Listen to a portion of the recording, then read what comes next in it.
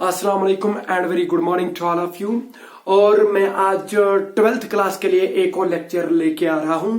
And ये जो class 12th का लेक्चर है, अभी तक जो हम पढ़ रहे थे, हमने ओम्स लॉ पढ़ा और ओम्स लॉ से हमने कुछ मैक्रोस्कोपिक प्रॉपर्टीज के बारे में पढ़ा। One of them is the resistance, कि रेजिस्टेंस क्या होती है और इसकी डिपेंडेंस क्या है, ये किस किस पे डिपेंड करता है। तो वो सब चीजें तो अभी तक क्लियर हुई थी। तो आज वही ओम्स लॉ फिर से पढ़ेंगे, मगर आज ओम्स लॉ कंडक्टर के अंदर अप्लाई करेंगे। अभी तक ओम्स लॉ हम कंडक्टर को देख के अप्लाई कर रहे थे। हमने पोटेंशियल डिफरेंस अप्लाई करी थी और देखा था कि करंट कैसे वेरी हो रहा है फॉर अ मेटालिक कंडक्टर। और ओम्स लॉ के मुताबिक जो पोटेंशियल डिफरेंस है और करंट जो है एक कंडक्टर में, वो लीनियरली वेरी कर रही है। और वहां से जो एक कांस्टेंट ऑफ प्रोपोर्शनलिटी आ गया वो है रेजिस्टेंस। और रेजिस्टेंस जो है वो कंडक्टर पे डिपेंड करती है, उसके साइज पे डिपेंड करती है। तो रेजिस्टेंस जो आई वो from the Ohm's law I है। मगर आपको ये पता है resistance is a macroscopic property. आज कुछ नहीं करना, यही ओम्स लॉ फिर से अप्लाई करना है। मगर अब ये देखना है कि कंडक्टर के अंदर ओम्स लॉ कैसे सेटिस्फाई हो रहा है। एंड उसको मोटे मोटे तौर पे हम बोलते हैं ohms law in microscopic form. मतलब अगर अभी तक आपको पता था कि जो V is equivalent to I R, जो हमने ओम्स लॉ से डिराइव किया, V is equivalent to I R, यहां पर अगर आप देखेंगे आप एक्सटर्नल पोटेंशियल डिफरेंस अप्लाई करते हैं। किसको? कंडक्टर को। तो कंडक्टर में करंट I आ जाती है। तो यहां पर अगर आप इन तीनों को देखेंगे तो तीनों के तीनों मैक्रोस्कोपिक प्रॉपर्टीज है। Are you getting me? मगर यही ओम्स लॉ माइक्रोस्कोपिक फॉर्म में लिखना है। मतलब आपने अब रेजिस्टेंस नहीं लिखना होगा, आपने रेजिस्टेंस के बदले कोई एक ऐसी फिजिकल क्वांटिटी लेनी है जो माइक्रोस्कोपिक प्रॉपर्टी हो। फॉर एग्जांपल रेजिस्टिविटी, रेजिस्टेंस के बदले रेजिस्टिविटी लेना पड़ेगा।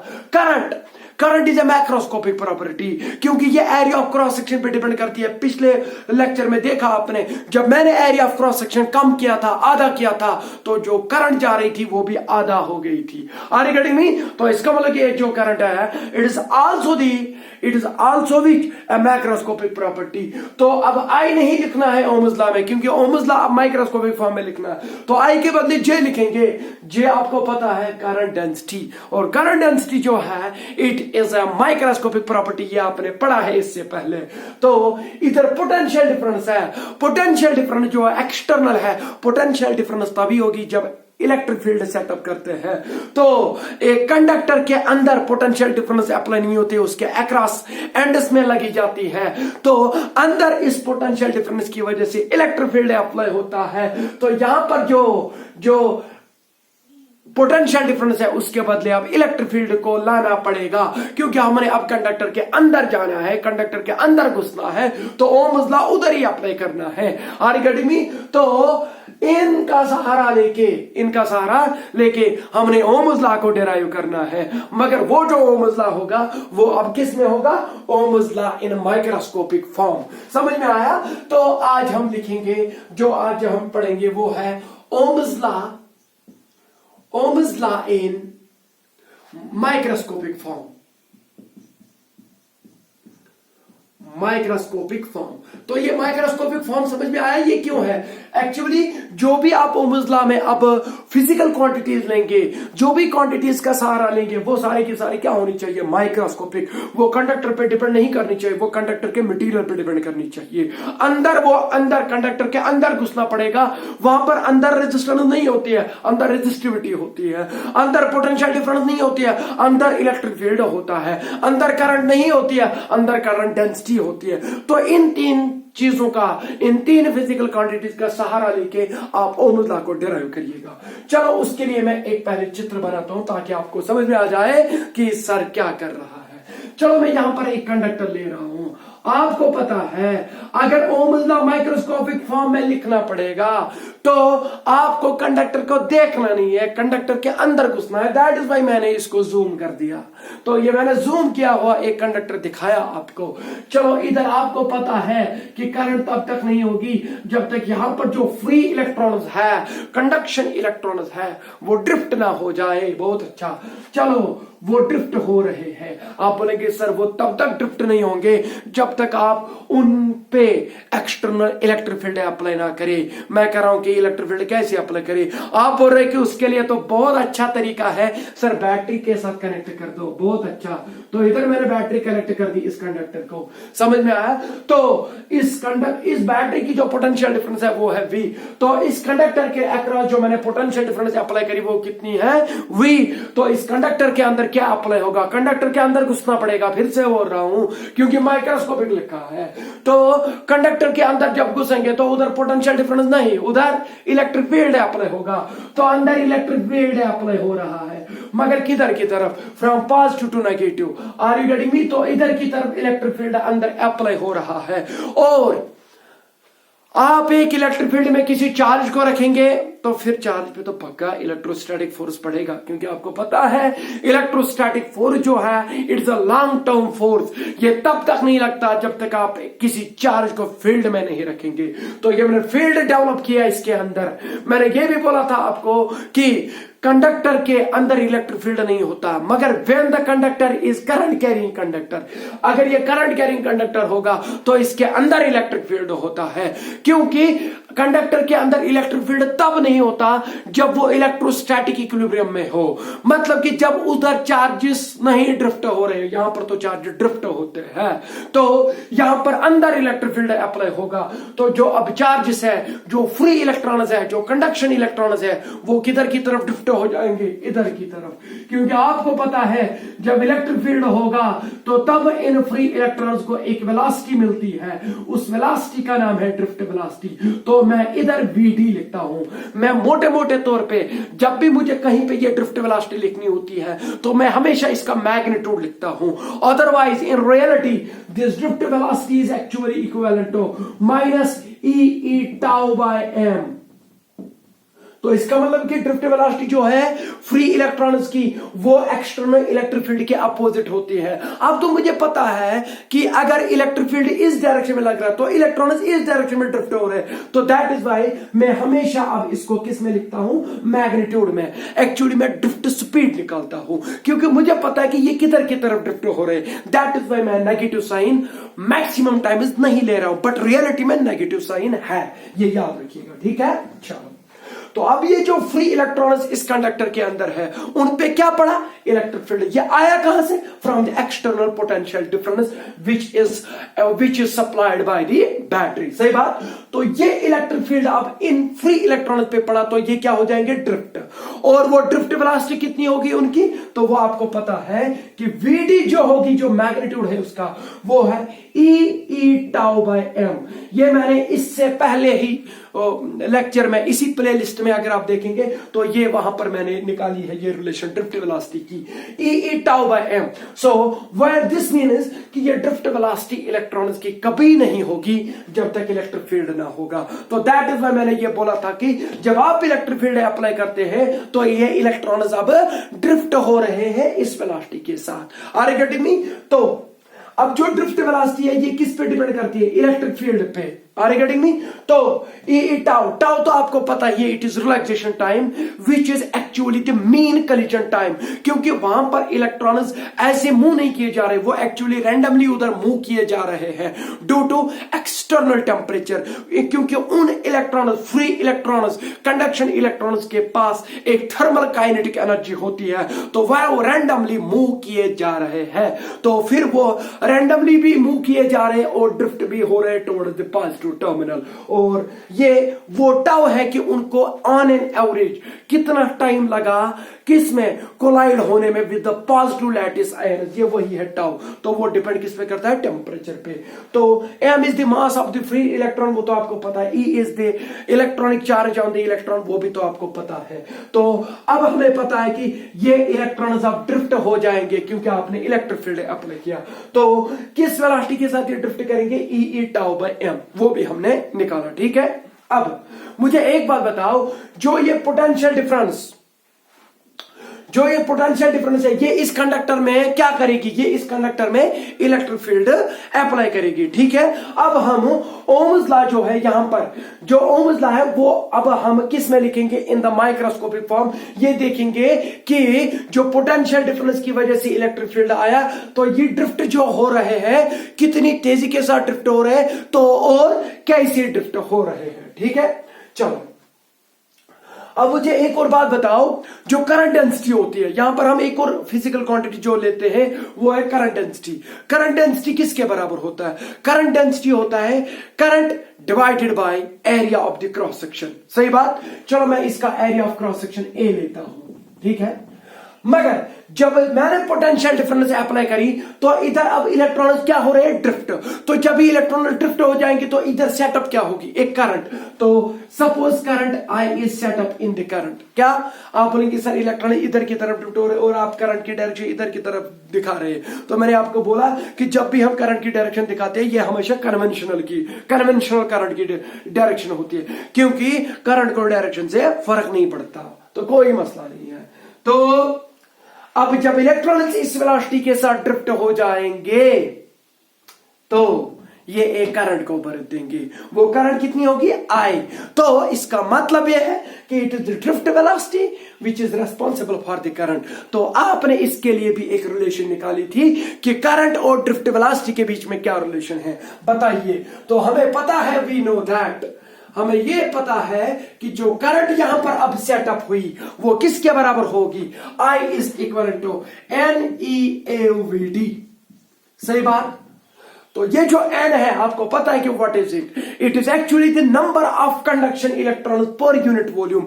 यूनिट वॉल्यूम में कितने फ्री इलेक्ट्रॉन्स है वो है n, और E is the electronic charge, A is the area of cross section of this conductor and Vd is the drift velocity. सही बात।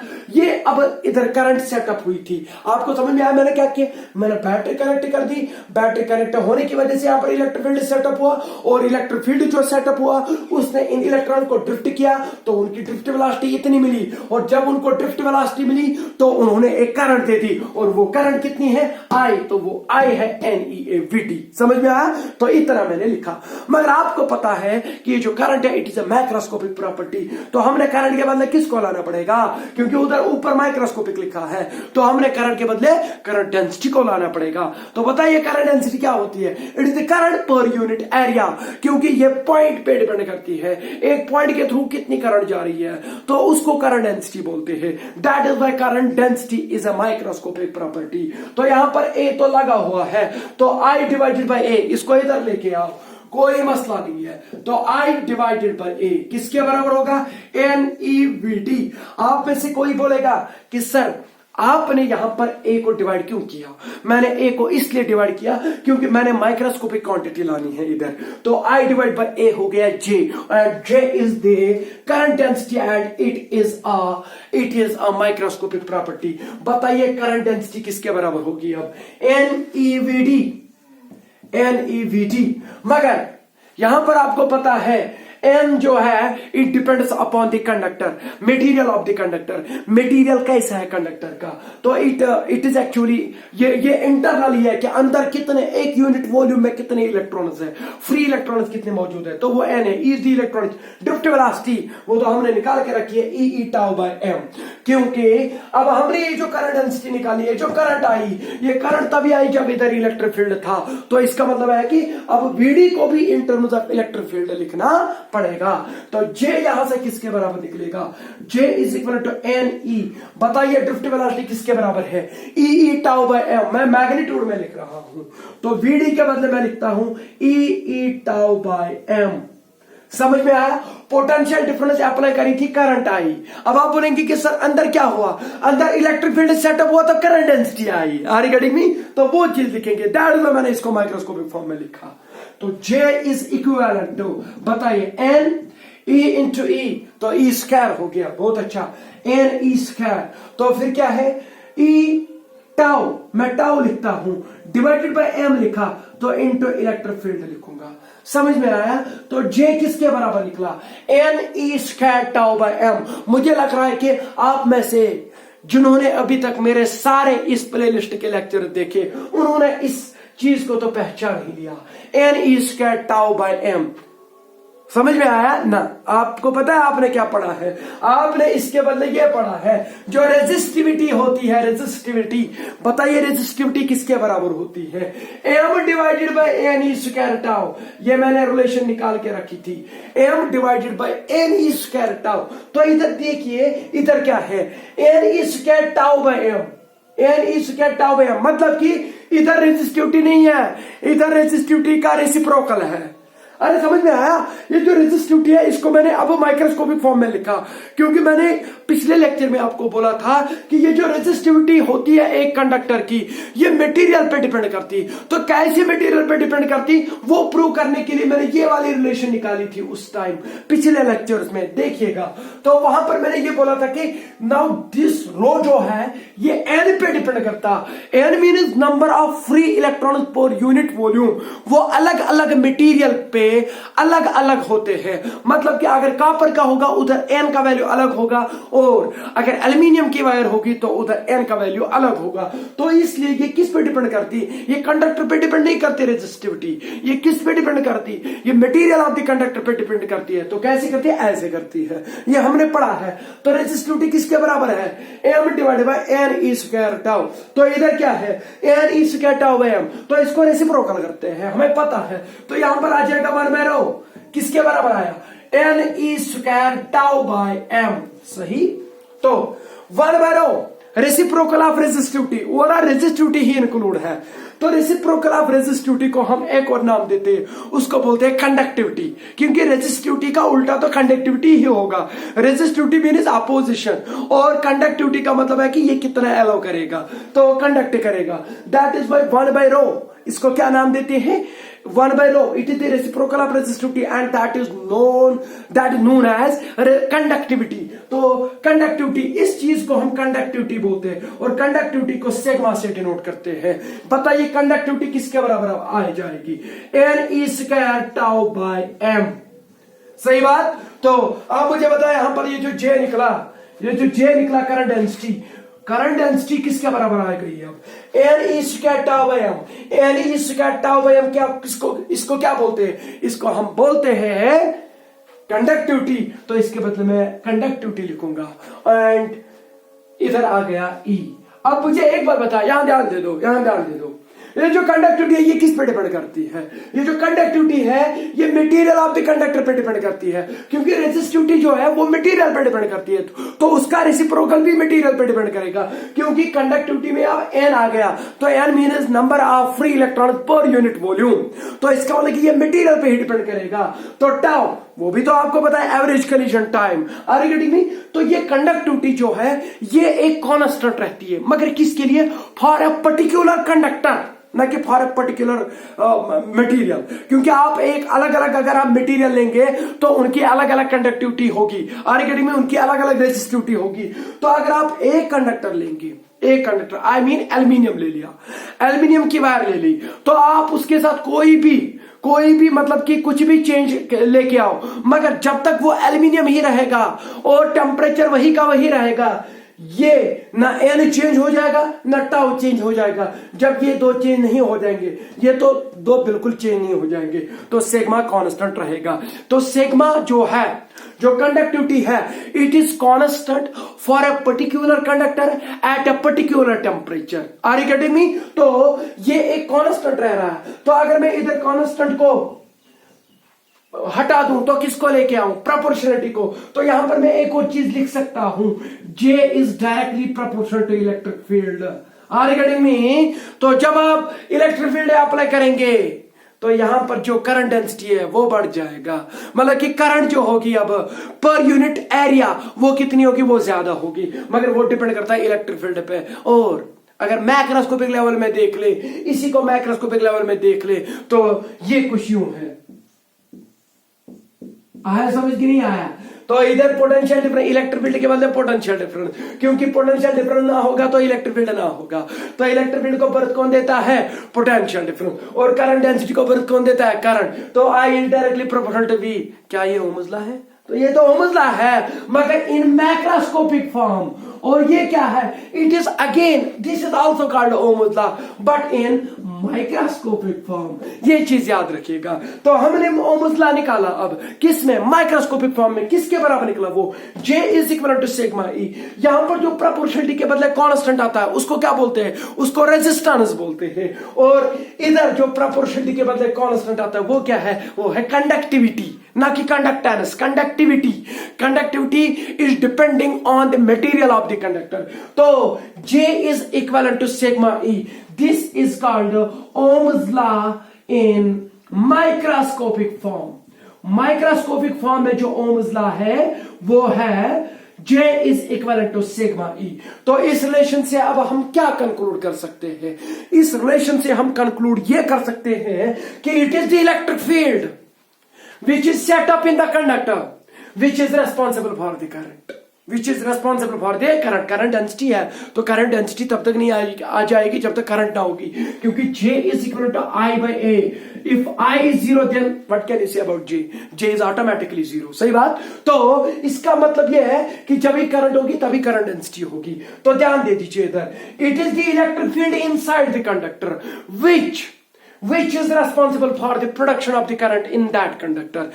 कितनी करंट होगी एक कंडक्टर के अंदर वो डिपेंड करता है कि कितना तगड़ा इलेक्ट्रिक फील्ड वहां पर सेटअप हो गया। ये है ohms law in microscopic form. और माइक्रोस्कोपिक फॉर्म में ओम्स लॉ क्या बोलता है, कितनी तेजी के साथ आप कितनी पोटेंशियल डिफरेंस आप कंडक्टर को अप्लाई करते हैं उतनी तेज करंट आ जाएगी। तो यहां पर अलग चीज बोल रहा है, कितना अंदर इलेक्ट्रिक फील्ड ज्यादा होगा उतनी तेजी के साथ अंदर करंट जा रही होगी। और लेकिन एक पॉइंट के थ्रू जो करंट जा रही है वो ज्यादा तभी होगी जब इलेक्ट्रिक फील्ड अंदर ज्यादा होगा।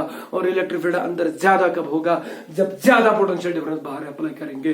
तो इसका मतलब यह है कि this is also the Ohm's law but in microscopic level. ठीक है, तो यही है ohms law in microscopic level. यहां से मैं एक और चीज निकालता हूं कि जो J है, J is equal to sigma E, जो माइक्रोस्कोपिक फॉर्म में अब निकला। एक सेकंड मैं इसको मिटा देता हूं।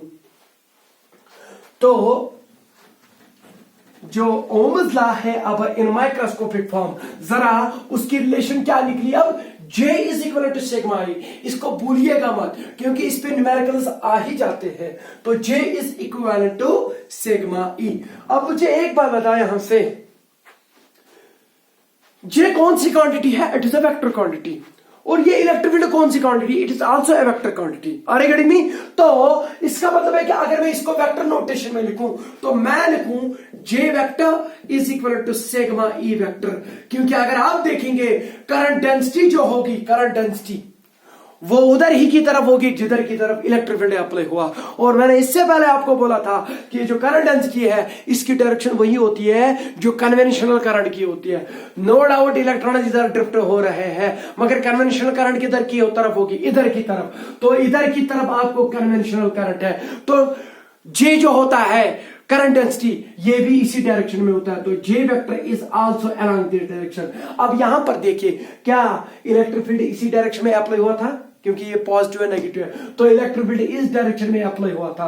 क्या करंट डेंसिटी भी उसी डायरेक्शन में पॉइंट कर रही है? तो ये चीज भी आप इसको लिख सकते हैं, करंट डेंसिटी इज डायरेक्टेड। कोई आपको ये भी क्वेश्चन पूछ सकता है, बताइए करंट डेंसिटी की डायरेक्शन किधर की तरफ होती है अगर ये वेक्टर क्वांटिटी है?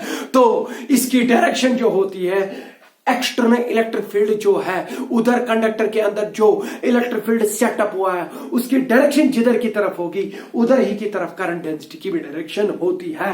क्योंकि यहां से जो हमने रिलेशन निकाली J is equal to sigma ई, यहां से हमें यह भी पता चला कि ये जो करंट डेंसिटी है ये पक्का वेक्टर क्वांटिटी होनी चाहिए, क्योंकि electric field is a vector. तो वेक्टर को जब स्केलर के साथ मल्टीप्लाई करते हैं we get another vector quantity, that is why current density जो है इसको पक्का एक वेक्टर क्वांटिटी बनना ही पड़ा। तो current density is a vector quantity. सही बात। और ये जो सिग्मा है, what is sigma? It is called a conductivity. और ये किस पे डिपेंड करती है? ये मटेरियल ऑफ द कंडक्टर पे डिपेंड करती है, मटेरियल ऑफ द कंडक्टर। सही बात, मटेरियल ऑफ द कंडक्टर। अब मैं आपको एक बार बता दूं, बताइए इस कंडक्टिविटी का यूनिट क्या होगा। आप बोलेंगे कि सर आपने हमें ये बोला कि ये कंडक्टिविटी कुछ नहीं होती है, ये रेजिस्टिविटी का रेसिप्रोकल होता, तो जो रेजिस्टिविटी का यूनिट होगा उसका उल्टा कर देंगे, वही होगा यूनिट किसका, कंडक्टिविटी का। बहुत अच्छा, तो SI यूनिट ऑफ कंडक्टिविटी क्या होगा, that will be equal to, तो आपको पता है कि कंडक्टिविटी इज 1 बाय रेजिस्टिविटी। बताइए 1 बाय रेजिस्टिविटी का यूनिट क्या होगा। रेजिस्टिविटी का जो यूनिट है वो आपको पता है ओहम मीटर, तो इसका जो यूनिट होगा वो ओहम इनवर्स मीटर इनवर्स होगा। This is the actually SI unit of the conductivity, ohm inverse metre inverse. तो ओहम इनवर्स को हम एक और तरीके से लिखते हैं, ओहम आपको पता है OHM लिखते हैं। अगर आप ओहम इनवर्स इसका रेसिप्रोकल लिखेंगे तो वो M जो लिखते हैं महो, इसका उल्टा, तो ये भी लिख लेते हैं। तो यहां पर आप इसको ऐसे भी लिख सकते हैं, ये ओहम इनवर्स मीटर इनवर्स है ना, इसको आप ऐसे भी लिख सकते हैं। It is not ohm, it is now ohm का उल्टा रेसिप्रोकल, तो MHO लिखते हैं महो, तो mho metre inverse, meter inverse. This is actually what? This is actually the SI unit of the conductivity. समझ में आया। तो ये था actually ohms law in microscopic form. इसके बाद जो टॉपिक है वो है temperature dependence of the resistance on the conductor. सही बात। तो कंडक्टर की जो रेजिस्टेंस है या मटेरियल ऑफ द कंडक्टर की जो रेजिस्टिविटी है वो टेम्परेचर पे कैसे डिपेंड करती है, वो चीज हमने निकालना है, वो चीज हमने अब देखना है कि वो कैसे डिपेंड करता है। तो इसके लिए मैं थोड़ा पहले बोर्ड को मिटा दूं। तो अब क्या कर रहा है हमारा टॉपिक कि टेम्परेचर पे कैसे डिपेंड करती है resistance. With increasing temperature what can you say about resistance और रेजिस्टिविटी। एक कंडक्टर की रेजिस्टेंस पे क्या फर्क पड़ेगा अगर टेम्परेचर इंक्रीज होगा, अगर टेम्परेचर डिक्रीज होगा तो रेजिस्टेंस या रेजिस्टिविटी पे क्या फर्क पड़ेगा, तो वो चीज हम अब निकालेंगे। ठीक है।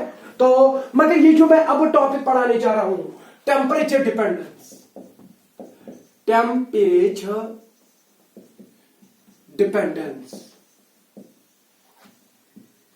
of resistance or resistivity, resistance or resistivity। एक कंडक्टर की जो रेजिस्टेंस है वो कैसे चेंज हो जाएगी अगर हमने कोई चेंज लाई टेम्परेचर में। तो उसके लिए हम क्या करेंगे, हम वापस आ जाएंगे, हम देखेंगे कि ये जो रेजिस्टिविटी होती है, ये जो रेजिस्टिविटी होती है ये किसके बराबर होती है एक्चुअली। तो हमें पता है, यहां पर देख लीजिए, ये मैंने इससे पहले भी बोला आपको कि जो रेजिस्टिविटी एक कंडक्टर की होती है वो किसके बराबर होती है एक्चुअली, किसके बराबर होती है, m divided by NE square tau, यही होती है ना।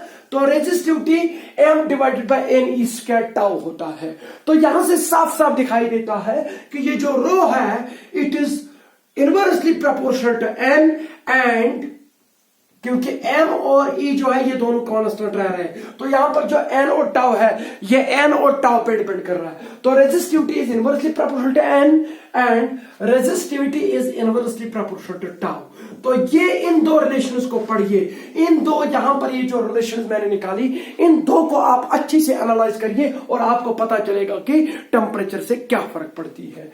अभी जो n है, n is the number of free electrons per unit volume. अगर मैं एक मेटल लूंगा ना, एक मेटलिक कंडक्टर, तो अगर हम टेम्परेचर चेंज करेंगे, बढ़ाएंगे या कम कर देंगे, इस n पे लगभग कोई फर्क नहीं पड़ता। तो इसका मतलब है कि number of electrons, free electrons per unit volume, free electrons की बात कर रहा हूं, तो वो टेम्परेचर से चेंज भी हो सकते हैं। मगर as far as the metallic conductor is concerned, अगर आपके पास एक सिंपल मेटालिक कंडक्टर होगा तो ये जो n है ये इंडिपेंडेंट होता है। इन metals n is independent of temperature। तो मैंने इधर लिखा n is not the function of temperature। तो अगर आप टेम्परेचर को चेंज करेंगे तो ये जो n है, number of free electrons per unit volume in metallic conductor, वो चेंज नहीं होता। तो चलो हम पहले मेटल्स की ही बात करेंगे, ठीक है, उसके बाद थोड़ा बहुत इंसुलेटर्स और सेमीकंडक्टर्स की भी बात करेंगे। तो टेम्परेचर से कोई फर्क नहीं पड़ता किसको, number of free electrons per unit volume को, जब तक जब तक आपके पास जो कंडक्टर है वो कौन सा कंडक्टर है, मेटालिक कंडक्टर। चलो ठीक है, फिर तो ये गए हो, ये वाले रिलेशन गए हो, ठीक है। अब देखते हैं कि तो रेजिस्टिविटी तो टेम्परेचर, ये रिलैक्सेशन टाइम पे भी डिपेंड करती है इनवर्सली। आप मुझे पहले बताओ, ये जो रिलैक्सेशन टाइम होता है, आपको पता है कि अगर मेरे पास ये फ्री इलेक्ट्रॉन्स है, क्या है, फ्री इलेक्ट्रॉन्स, ये मेरे पास एक कंडक्टर का थोड़ा सा वॉल्यूम ले लिया, तो यहां पर फ्री इलेक्ट्रॉन्स के सिवा यहां पर और भी जीव जंतु पाए जाते हैं जिनको हम फिक्स्ड मैसिव लैटिस आयंस बोलते हैं, ठीक है। हैवी लैटिस आयंस होते हैं इधर पॉजिटिवली चार्जड, वो फिक्स्ड होते हैं as compare to the free electrons. और ये जो फ्री इलेक्ट्रॉन्स होते हैं, अगर आपने बैटरी भी कनेक्ट नहीं करती, मतलब कि इसमें इलेक्ट्रिक फील्ड अप्लाई भी नहीं किया, तो कुछ ना कुछ टेम्परेचर होगा, उस टेम्परेचर की वजह से यहां पर इनको एक थर्मल काइनेटिक एनर्जी मिलेगी। E is equal to 3/2 kBT, मतलब कि kinetic energy is directly proportional to absolute temperature. तो जितनी तेजी के साथ जितना आप टेम्परेचर राइज करेंगे, मतलब कि जितना आप टेम्परेचर राइज करेंगे, तो काइनेटिक एनर्जी जो इनकी रैंडम मोशन होगी फ्री इलेक्ट्रॉन्स की, क्योंकि यही रैंडमली मूव किए जा रहे हैं, तो ये जल्दी जल्दी अब कोलाइड करेंगे किनके साथ, इन लैटिस आयंस के साथ। अब मुझे बताओ, ये जो यहां पर टाउ होता है, it is what, it is the average collision time, मतलब कि कोलिजन टाइम जो ये कोलाइड करेंगे, जब ये इलेक्ट्रॉन यहां से निकला यहां तक, फिर से किसके साथ कोलाइड किया, एक लैटिस आयन के साथ, इसको इस कोलिजन करने में कितना टाइम लगा, तो ऑन एन एवरेज फिर देखते हैं। मगर पहले मुझे बताओ कितना टाइम लगा, वो देखते हैं, वो किस पे डिपेंड करता है। चलो वो टाइम वही होता है, यहां पर ये जो रिलैक्सेशन टाइम है, रिलैक्सेशन टाइम, तो ये होता है collision time, actually mean collision time होता है। चलो मैं लिखता हूं फिर भी कलिजन टाइम, मतलब कि जब एक फ्री इलेक्ट्रॉन किसके साथ टकराएगा, एक लैटिस आयन के बाद दूसरे लैटिस आयन के साथ कोलाइड करेगा, उसमें कितना टाइम बीत गया, तो वही टाइम जो होता है वही एक्चुअली रिलैक्सेशन टाइम होता है, फिर एवरेज होता है, मगर मैं अभी आपको बता दूं वही कलिजन टाइम होता है। अब मुझे बताओ, अगर आपने टेम्परेचर राइज किया तो काइनेटिक एनर्जी इस फ्री इलेक्ट्रॉन की क्या होगी, ज्यादा, तो जब ज्यादा काइनेटिक एनर्जी होगी तो ये ज्यादा रैंडम मोशन में आ जाएगा, और जब ये ज्यादा रैंडम मोशन में आ जाएगा तो जो कोलिजन होगा वो फ्रीक्वेंट होगा, मतलब कि अब frequency of collision will increase, वो जल्दी कोलाइड करेंगे क्योंकि उनके पास ज्यादा काइनेटिक एनर्जी है। जब वो जल्दी कोलाइड करेंगे, अब मुझे एक बात बताओ, जब ये जल्दी कोलाइड करेंगे इनके साथ, अब इससे पहले जो टेम्परेचर था, जो बिलो करंट टेम्परेचर है, जो भी टेम्परेचर मैंने रखा मैंने बढ़ा दिया, इससे पहले जो टेम्परेचर था उस टाइम ये ऐसी इनकी रैंडम मोशन थी। अब मैंने टेम्परेचर बढ़ा दिया तो इनकी काइनेटिक एनर्जी बढ़, अब ये ऐसे हो रहे हैं। अब मुझे बताइए कोलाइड अब जल्दी करेंगे कि नहीं करेंगे, अब ये with increase in temperature the free electrons will have a frequent collisions, इनको अब जल्दी कोलाइड करेंगे, ये अब जल्दी कोलाइड करेंगे। जब ये जल्दी कोलाइड करेंगे, जल्दी का मतलब है टाइम कम लगा, तो जो कोलिजन टाइम है वो कम होगा कि ज्यादा होगा, वो कम होगा, तो यहां पर भी कोलिजन टाइम कम, यहां पर भी कोलिजन टाइम कम, यहां पर भी कोलिजन टाइम कम, तो एवरेज कोलिजन टाइम भी कम हो जाएगा। तो एवरेज कोलिजन टाइम को हम क्या बोलते हैं, रिलैक्सेशन टाइम। तो वो टाउ है, वो कम हुआ कि नहीं हुआ, टाउ कम हुआ। कब रिलैक्सेशन टाइम कम हुआ, जब टेम्परेचर ज्यादा था तो कोलिजन जल्दी हो रहे थे। तो जब वो जल्दी हो रहे थे, क्यों जल्दी हो रहे थे, क्योंकि उनके पास थर्मल काइनेटिक एनर्जी बढ़ गई थी। चलो मैं इधर लिखता हूं, थर्मल काइनेटिक एनर्जी भी बढ़ गई, with increase in temperature their thermal kinetic energy increases, तो they will have frequent collisions. उसकी वजह से वो अब जो रिलैक्सेशन टाइम है, जो टाइम अब लगेगा वो ज्यादा लगेगा, वो कम लगेगा। यहां से अब देखिए इन दो को, when there was increase in temperature there was decrease in collision time, when there is decrease in collision time, what can you say about resistivity, there will be increase in resistivity, because जो relaxation time है it is inversely proportional to resistivity। तो यहां से आगे मैं लिख सकता हूं, अगर टाउ डिक्रीज हुआ तो resistivity इंक्रीज हो जाएगी। तो अब हमने ये और ये वाला देखना है। बताइए टेम्परेचर की डिपेंडेंस कैसी है एक रेजिस्टिविटी पे। तो with increase in temperature what can you say about resistivity, resistivity increases. तो with decrease in temperature resistivity decrease और रेजिस्टेंस डिक्रीजेस, किसकी रेजिस्टेंस डिक्रीज हो जाएगी या किसकी रेजिस्टिविटी डिक्रीज हो जाएगी? मेटालिक कंडक्टर की रेजिस्टिविटी डिक्रीज हो जाएगी। मगर ये हमने पढ़ लिया कि कैसे डिपेंड करता है। तो अब आपको अगर कोई भी क्वेश्चन पूछ ले कि पता ये टेम्परेचर से क्या फर्क पड़ती है एक रेजिस्टेंस या रेजिस्टिविटी को, आप मोटे मोटे तौर पे जल्दी बता दीजिए कि अगर हमारे पास मेटालिक कंडक्टर होगा, जितनी तेजी के साथ हम जितना हम टेम्परेचर बढ़ा लेंगे, रेजिस्टेंस जो है वो बढ़ जाएगी, क्योंकि कोलिजन जल्दी हो जाएंगे तो रिलैक्सेशन टाइम कम हो जाएगा। जब रिलैक्सेशन टाइम कम हो जाएगा तो रेजिस्टिविटी बढ़ जाती है। तो इसका मतलब है कि अब रेजिस्टिविटी बढ़ जाएगी, इसकी रेजिस्टेंस बढ़ती है। नाउ द क्वेश्चन इज कि यहां पर एक अप्रोक्सीमेट रिलेशन भी दी गई है। एक अप्रोक्सीमेट रिलेशन दी गई है कि किसी टेम्परेचर पे अगर आपको रेजिस्टेंस निकालनी है या रेजिस्टिविटी निकालनी है, उसके लिए हमें एक रिलेशन दी गई है। वो अप्रोक्सीमेट रिलेशन है, वो एक्यूरेट रिलेशन है, एम्पिरिकल रिलेशन है। तो आपने वो डिराइव नहीं करना है। वो रिलेशन क्या है? रेजिस्टिविटी एट एनी टेम्परेचर और resistance at any temperature is equivalent to at any temperature. कोई भी टेम्परेचर ले लीजिए, ये एक अप्रोक्सीमेट रिलेशन है, याद रखिएगा। अप्रोक्सीमेट रिलेशन मतलब कि टेम्परेचर डिपेंडेंस हम इससे भी निकाल सकते हैं। हमने देखा कि एक्चुअली टेम्परेचर से क्या होता है। अब यहां पर एक एम्पिरिकल रिलेशन है, तो एक अप्रोक्सीमेट रिलेशन दी गई है, तो वो हम देखेंगे उससे टेम्परेचर क्या किस टेम्परेचर पे क्या रेजिस्टेंस रहेगी या किस टेम्परेचर पे क्या रेजिस्टिविटी रहेगी। तो वो भी है हमारे सामने। रेजिस्टिविटी एट एनी टेम्परेचर, कोई भी टेम्परेचर ले लीजिए। चलो मैंने T केल्विन ले लिया, तो ये बोल रहा है कि या T डिग्री सेल्सियस ले लिया, तो ये बोल रहा है कि वो क्या होगी उस टाइम पे। बताइए पहले कितनी रेजिस्टेंस थी, मतलब कि एट इनिशियल क्या थी, मतलब कि जब टेम्परेचर जो भी था 0 केल्विन था या 0 डिग्री सेल्सियस था, जो आपका इनिशियल टेम्परेचर था, उस टाइम रेजिस्टेंस क्या थी या रेजिस्टिविटी क्या थी, वो आपको पता होना चाहिए। तो ये बोल रहा है कि मैं बता दूंगा। अगर आपको एक पॉइंट पे पता है कि रेजिस्टेंस कितनी है, इस टेम्परेचर पे कितनी रेजिस्टेंस थी, मैं आपको एक अप्रोक्सीमेट रिलेशन दूंगा और वो आपको बता देगा कि अब इस टेम्परेचर पे क्या रिलेशन होगी। तो वो इस रिलेशन के मुताबिक निकालते हैं, 1 + alpha T minus T naught. So this is an approximate relation for calculating the resistance or resistivity at any temperature T. जब आपके पास टेम्परेचर T नॉट था, सपोज आपको पता था कि चलो मैं मानता हूं कि यहां पर मैं आपको एक बात बता दूं, चलो मैं मानता हूं कि 3 डिग्री सेल्सियस पे जो मुझे एक कंडक्टर की रेजिस्टिविटी थी, चलो वो कितनी थी, चलो वो थी 3 ओम मीटर, यानी कि 3 यूनिट्स।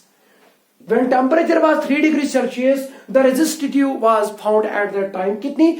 3 ओम मीटर। सही बात। तो आपको ये भी पता और आपको ये भी पता। और जब तक आपके पास एक कंडक्टर होता है, जो एक किस मटेरियल का कंडक्टर होता था, उसका लीजिए अल्फा भी पता होता है, क्योंकि ये अल्फा जो होता है इसको बोलते हैं temperature coefficient. Temperature coefficient of resistance.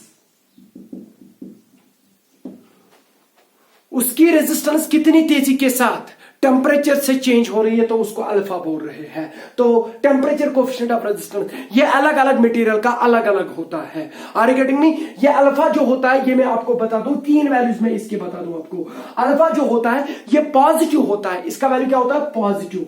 किनके लिए? For metallic conductors. Metallic conductors के लिए इसका वैल्यू जो होता है पॉजिटिव होता है। और इंसुलेटर्स और जो सेमीकंडक्टर्स होते हैं, इंसुलेटर्स और सेमीकंडक्टर, उनके लिए ये जो अल्फा का वैल्यू होता है मटेरियल का, वो किस मटेरियल का इंसुलेटर है या वो किस मटेरियल का सेमीकंडक्टर है, तो उसका जो अल्फा का वैल्यू होता है वो नेगेटिव होता है। ये चीज याद रखिए, किनके लिए? Insulators and semiconductors. मगर अब यहां पर एक और बात आती है, वो आगे भी आपको प्रैक्टिकल में पूछा जाता है वो क्वेश्चन, कि अब अगर आपके पास एक एलॉय होगी, एलॉय, तो एलॉय का जो अल्फा होता है ना, वो पॉजिटिव होता है। क्या होता है? पॉजिटिव। बट वो मोर और लेस कांस्टेंट रहता है, मोर और लेस कांस्टेंट होता है। तो इसका मतलब यह है कि अल्फा जो है ये कांस्टेंट रह रहा है। किन के लिए? अगर टेम्परेचर भी चेंज करेंगे तो एलॉयज के लिए ये पॉजिटिव ही निकलता है, मगर चेंज नहीं होता बिल्कुल भी। अलग अलग जितना तेज आप टेम्परेचर चेंज करेंगे तो अल्फा का लगभग जो वैल्यू रहता है वो कांस्टेंट ही रहता है।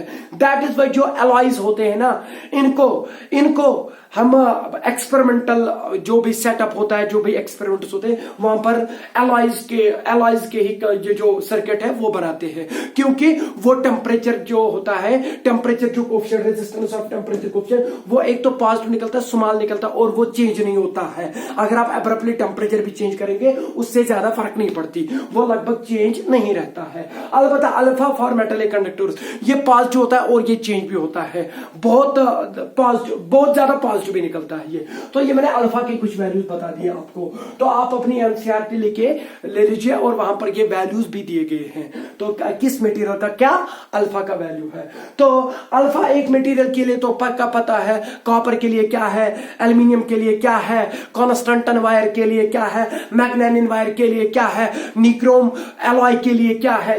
तो ये चीजें तो आपको सब दी गई होंगी। तो अल्फा भी पता, टी नॉट भी पता, रो नॉट भी पता। तो अब मैं बोल रहा हूं कि बताइए इस टेम्परेचर पे क्या रेजिस्टेंस होगी, तो आप रेजिस्टिविटी निकाल सकते हैं। तो ये एक अप्रोक्सीमेट रिलेशन है, इससे आप किसी भी टेम्परेचर पे एक मेटालिक या इंसुलेटर या सेमीकंडक्टर या एलॉय की रेजिस्टेंस निकाल सकते हैं। तो मैं आपको ये बता दूं कि अगर आप इस रिलेशन को यूज करेंगे तो आप जो अल्फा जो है नेगेटिव फॉर इंसुलेटर्स को मारो बोली, यहां पर हम सेमीकंडक्टर्स की बात करेंगे। जो सेमीकंडक्टर्स होते हैं जो हम सर्किट्स में यूज करते हैं, तो सेमीकंडक्टर्स का वैल्यू जो होता है अल्फा, जो वो नेगेटिव निकलता है, उसकी वजह से जो रेजिस्टिविटी उनकी निकलती है। तो जितना ज्यादा आप टेम्परेचर चेंज करेंगे ना, जितना ज्यादा आप टेम्परेचर बढ़ाएंगे, तो what happens to the resistivity, it decreases, it also increases in case of the metals, but in case of the semiconductors it decreases. तो यहां पर एक चौक मिल रही है हमें कि जो सेमीकंडक्टर्स है उनकी रेजिस्टिविटी जो है, उनकी जो रेजिस्टेंस है वो इंक्रीज होने के बजाय डिक्रीज होती है। मगर कब? जब टेम्परेचर इंक्रीज हो जाए। तो आप थोड़ा बहुत बता देंगे कि क्यों, तो मैंने एक वैल्यू बता दिया, एक आंसर दे दिया, क्योंकि उनका वैल्यू जो अल्फा का वैल्यू होता है फ्रॉम दिस रिलेशन वो नेगेटिव होता है। आप बोलेंगे कि सर ये तो अप्रोक्सीमेट रिलेशन है, इसके बदले हमें एक कोई मतलब कि ये कंक्रीट जवाब चाहिए, तो कंक्रीट जवाब आपको यहीं से मिलेगा। तो ये जो रो है ये किस पे डिपेंड करता है? एन पे डिपेंड करता है और किस पे करता है? टाउ पे डिपेंड करता है। मगर जो एन है ये कांस्टेंट रह रहा है टेम्परेचर के मुताबिक, मगर किन के लिए? मेटल्स के लिए। मगर अगर इंसुलेटर्स या सेमीकंडक्टर्स होंगे, इन सेमीकंडक्टर्स की अगर बात करेंगे तो ये जो एन है, n is the function of the temperature. मतलब कि वहां पर टेम्परेचर अगर आप बढ़ा लेंगे, ये जो एन है तो ये भी बढ़ जाता है, मतलब कि नंबर ऑफ फ्री इलेक्ट्रॉन्स अब ज्यादा होंगे एक यूनिट वॉल्यूम में। तो इन केस ऑफ सेमीकंडक्टर्स, अब मुझे एक बात बताओ, जब टेम्परेचर बढ़ता है तो टाउ क्या होता है? टाउ डिक्रीज होता है, तो रेजिस्टिविटी क्या हो जाएगी? इंक्रीज हो जाएगी। चलो रेजिस्टिविटी इंक्रीज हो गई जब टेम्परेचर बढ़ गया था।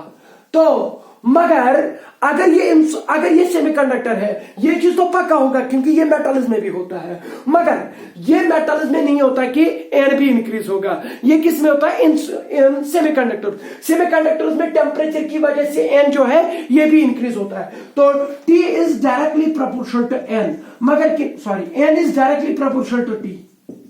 अगर आप टेम्परेचर बढ़ा लेंगे, number of free electrons per unit volume जो अब होंगे वो अब ज्यादा अवेलेबल होंगे, मगर this is possible for semiconductors. अब मुझे एक बात बताओ, अब टेम्परेचर बढ़ गया तो एन भी क्या बढ़ा, तो रो क्या होगा? अब रो डिक्रीज होगा। तो रो इतना डिक्रीज होता है कि जितना इंक्रीज हुआ था ना टेम्परेचर से, अब टेम्परेचर इंक्रीज करने से क्या इंक्रीज हो जाएगा? एन। किसके लिए? सेमीकंडक्टर के लिए। अब अगर एन इंक्रीज हो गया तो रो क्या हो जाएगा? डिक्रीज। तो इसीलिए मैंने ये लिखा। तो ये दो रिलेशन दोनों किसके लिए वैलिड है? सेमीकंडक्टर के लिए। टेम्परेचर बढ़ गया तो रेजिस्टिविटी भी बढ़ जाएगी, और एक तरफ से रेजिस्टिविटी बढ़ जाएगी, दूसरी तरफ से टेम्परेचर बढ़ने से रेजिस्टिविटी डिक्रीज हो जाएगी। मगर जब कंपेयर करते हैं तो जो टेम्परेचर की वजह से रेजिस्टिविटी इस रिलेशन के मुताबिक बढ़ गई, ये बहुत कम होती है, ये कम होती है एज कंपेयर टू टेम्परेचर बढ़ने से जो नंबर ऑफ फ्री इलेक्ट्रॉन्स जो होते हैं वहां पर वो ज्यादा होते हैं, वो ज्यादा अवेलेबल हो जाते हैं। तो दैट इज वाई ये वाला फैक्टर जो है ज्यादा होता है। तो अगर ये ज्यादा डिक्रीज हो गया तो ये कम इंक्रीज हो गया, तो नेट डिक्रीज ही हो जाएगा। That is why resistivity decrease हो जाती है किनकी? सेमीकंडक्टर्स की विद इंक्रीज इन टेम्परेचर। समझ में आया क्यों? क्योंकि यहां पर जो कोई पूछ भी सकता है आपको कि चलो टी जब इंक्रीज करेंगे तो ये जो कोलिजन है वो फ्रीक्वेंट हो जाएंगे, तो कोलिजन टाइम डिक्रीज हो जाएगा, तो इस रिलेशन के मुताबिक रेजिस्टिविटी इंक्रीज हो जाती है। तो ये पॉसिबल है किन के लिए? सेमीकंडक्टर्स के लिए भी, और किन के लिए? और मेटालिक कंडक्टर्स के लिए भी। मगर फिर भी सेमीकंडक्टर्स की रेजिस्टिविटी जो है टेम्परेचर से इंक्रीज करने से वो डिक्रीज क्यों होती है? क्योंकि ये फैक्टर जो है ये वाला, ये मेटालिक कंडक्टर्स पे डिपेंड ही नहीं करता, वहां पर ये कोई चेंज नहीं लाता। ये एक्चुअली चेंज जब लाएगा तो कहां पे लाता है? सेमीकंडक्टर्स में। तो सेमीकंडक्टर में with increase in temperature number of free electron per unit volume भी इंक्रीज हो जाते हैं, तो वो प्रिडोमिनेंटली इंक्रीज हो जाते हैं। तो जब वो ज्यादा इंक्रीज हो जाएंगे तो ये ज्यादा डिक्रीज होगा। तो जब दोनों को कंपेयर करेंगे, एक तरफ से तो बहुत तेजी के साथ डिक्रीज हो गया, एक तरफ से इंक्रीज हो गया, तो नेट तो डिक्रीज ही हो जाएगा। दैट इज वाई कि जो रेजिस्टिविटी है जो रेजिस्टिविटी है सेमीकंडक्टर्स की, या जो रेजिस्टेंस जो ये सेमीकंडक्टर्स की, वो डिक्रीज हो जाती है विद इंक्रीज इन टेम्परेचर। ये पूछा जाता है, ये न्यूमेरिकल भी आता है। मगर आप बोलेंगे कि सर आप रेजिस्टेंस या रेजिस्टिविटी, आपने रेजिस्टिविटी की रिलेशन निकाली और आप रेजिस्टेंस बोल रहे हैं, रेजिस्टेंस हो या रेजिस्टिविटी, क्योंकि this is one and the same thing. आप बोलेंगे कैसे? देखिए, रो किसके बराबर होता है? आपको पता है रेजिस्टेंस होती है रो एल बाय ए, सही बात। तो अगर यहां पर हम देखेंगे R A divided by L, क्या होगा? रो। तो जहां रो होगा आप वहां पर आर ए बाय एल लिख सकते हैं। तो यहां पर लिखेंगे आर टी, क्या लिखेंगे? ए बाय एल, क्योंकि एरिया ऑफ क्रॉस सेक्शन और लेंथ एक कंडक्टर की तो लगभग कांस्टेंट ही रहेगी। तो यहां पर जो रो नॉट है तो वहां पर लिखेंगे R naught A by L. तो इधर तो आप कुछ नहीं कर पाएंगे, इधर फिर से वही है, सही बात। तो ये ए बाय एल और ए बाय एल गया, तो this is one and the same thing. R rho T is equal to rho naught into 1 plus alpha into T minus T naught लिखिए। यहां R T is equal to R naught into 1 plus rho 1 plus alpha into T minus T naught. तो ये लिख लिया, this is one and the same thing. That is why मैं आपको बोल रहा हूं कि with increase in temperature resistivity increase हो जाएगी एक्चुअली, तो उसकी वजह से रेजिस्टेंस इंक्रीज हो जाएगी। This is one and the same thing. अब मैं यहां पर एक काम करता हूं कि इस अल्फा को डिफाइन करते हैं, ठीक है? तो उसके साथ ही ये एग्जांपल है। तो अब इस अल्फा को डिफाइन करेंगे कि ये कोफिशिएंट ऑफ रेजिस्टेंस जो होता है, टेम्परेचर कोफिशिएंट ऑफ रेजिस्टेंस या रेजिस्टिविटी क्या होता है। चलो मुझे एक बात बताओ, ये जो आर नॉट है रेजिस्टेंस, तो इसको आप मल्टीप्लाई करिएगा, तो यहां से आपको निकलेगा R T is equivalent to R naught 1 into 1 हो गया आर नॉट। तो ये इसको भी मल्टीप्लाई हो जाएगा plus R naught alpha T minus T naught, ठीक है? तो ये आर नॉट इधर आ जाएगा तो माइनस बनेगा, minus R naught is equal to, इधर क्या बचा? R naught alpha T minus T naught, सही। तो यहां से आर नॉट को भी डिवाइड लेके आओ। ये अल्फा जो इधर है इसको आर नॉट भी मल्टीप्लाई है और इसको टी माइनस टी नॉट भी मल्टीप्लाई है, इन दोनों को इधर लेके आओ तो डिवाइड हो जाएगा। तो यहां क्या बचा? अल्फा। अल्फा किसके बराबर निकलेगा? R T minus R naught लिखा, ये अल्फा के बदले अल्फा जो निकल रहा है वो इसके बराबर निकल रहा है। ये आर नॉट उसको मल्टीप्लाई तो इधर क्या बनेगा? डिवाइड, और ये भी मल्टीप्लाई तो ये भी डिवाइड बनेगा। तो जो आपको अल्फा निकल रहा है वो किसके बराबर आया? R T minus R naught divide by R naught into T minus T naught, या आर टी के बदले आप रो टी भी लिख सकते हैं, rho T minus rho naught divided by rho naught into T minus T naught. ये जो नॉट है दिस इज ये जो नॉट यहां पर है तो इसके कॉरस्पॉन्डिंग क्या रेजिस्टिविटी है वो यहां पर होगी। इस टी के मुताबिक क्या रेजिस्टिविटी होगी वो ये होगी, तो इसलिए मैंने नॉट और टी लिखा। अब अल्फा को डिफाइन करिए, खुद देखिए इस अल्फा को हम न्यूमेरिकली डिफाइन कैसे कर सकते हैं। तो अल्फा किसके बराबर है? R T minus R naught. चलो मैं बता रहा हूं, चलो मैं मानता हूं कि जब टेम्परेचर इंक्रीज किया रेजिस्टेंस इंक्रीज हुई। चलो मैं मेटल कंडक्टर्स की बात करता हूं यहां पर। तो क्योंकि जो हम यहां पर करंट इलेक्ट्रिसिटी पढ़ रहे हैं, एक्चुअली ये मेटालिक कंडक्टर्स की बात हो रही है, तो दैट इज हम मेटालिक कंडक्टर को ही यहां पर लेते हैं। तो with increase in temperature what happens to the resistance, it increases और decreases, it increases whenever we are going to have a metallic conductor. अब मुझे बताओ ये वाली रेजिस्टेंस, चलो ये R0 था जीरो टेम्परेचर पे, अब T टेम्परेचर है, टेम्परेचर बढ़ गया, चलो मैं मानता हूं कि टेम्परेचर क्या गया, बढ़ गया, तो T0 से T पहुंचा, तो जब टेम्परेचर बढ़ गया तो उसकी वजह से क्या बढ़ जाएगा, रेजिस्टेंस भी बढ़ जाएगा। तो अब अल्फा को डिफाइन करिए, alpha is defined as RT minus R0। मुझे लगता है कि RT माइनस R0 हो गया delta R, and delta R is कितना इंक्रीज हुई रेजिस्टेंस, कितनी इंक्रीज हुई रेजिस्टेंस, और T माइनस T0 हो गया कितना इंक्रीज किया था टेम्परेचर, ठीक है, डेल्टा T। अरे मैं ऐसे लिख रहा हूं डेल्टा T। अब मुझे बताओ अल्फा को क्या डिफाइन करेंगे, alpha is numerically defined as the increase in the resistance of a conductor per unit original resistance per degree rise in temperature.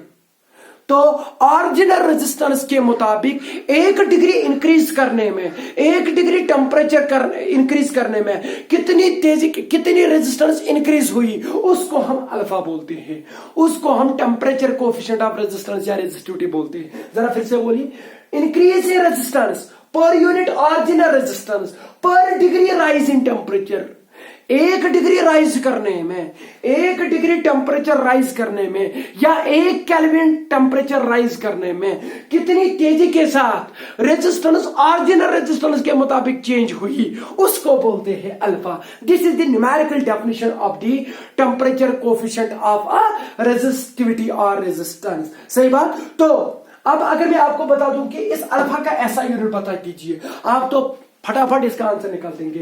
तो delta R it is resistance, तो ये ओम ही होगा, डिवाइड बाय रेजिस्टेंस तो ओम ही होगा, ओम और ओम गया, तो इधर बचा change in temperature, change in temperature तो या तो केल्विन होगा या तो सेल्सियस होगा।